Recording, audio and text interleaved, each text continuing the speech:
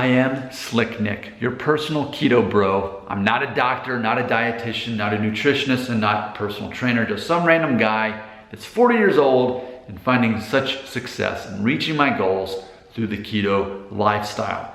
Now, I recently was looking through the comments on these keto videos and I had made mention of it in a different video, but this is something that's going on, so let's just talk about it.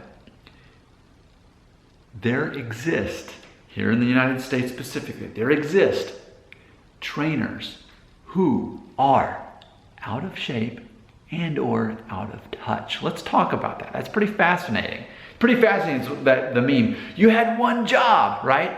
If your job is to train someone and to help them cut body fat and build muscle, and yet you yourself have excess body fat on you, that's a problem. Like even at the gym I go to, like there's a trainer or two that are there and I know that they're trainers, and I've been in the bathroom at the same time as them and they were like about to get in the shower and they took off their shirt. Not that I was trying to look, but the way the sink is right here, they were just like right there peripherally.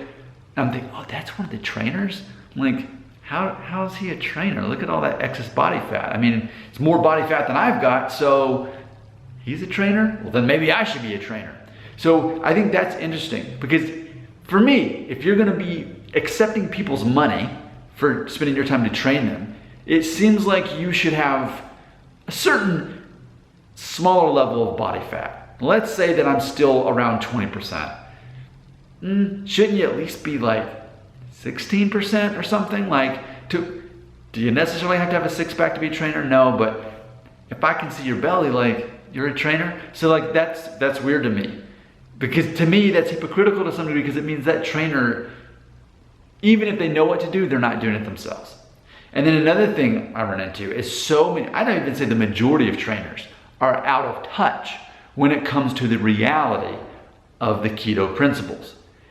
They're so hung up on calorie in, calorie out. They won't accept obvious things like, hey, if you eat carbs first thing in the day, it's gonna spike your insulin. It's going to induce that hunger hormone, ghrelin, which is gonna make you hungrier.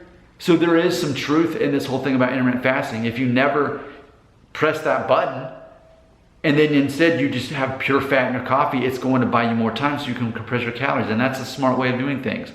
We've got, but so many trainers still think this thing that fat is bad for you. In reality, your body creates fat and produces cholesterol if you don't consume enough. When I was vegan for all those years, it was 0% cholesterol that I consumed for like 6.5 years. But my body the whole time was still producing fat and cholesterol because that's how our bodies are. We need fat. Carbs, we're only about 1% carbs. The rest of us is largely, it's much more fat and protein. See, I know things like that. I've simply watched Fat, the documentary on Amazon Prime. You can check it out. We're learning that the food pyramid is corrupt.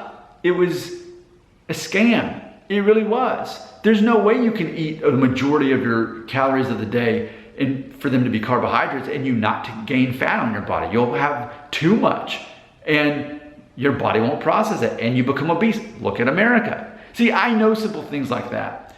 So what I would say is this: in life, look to the people who are already reaching your goals, who have already met your goals, and ask for their advice. Don't ask for the government's advice. Don't even ask for professionals' advice if they're not reaching the goals that you want to reach.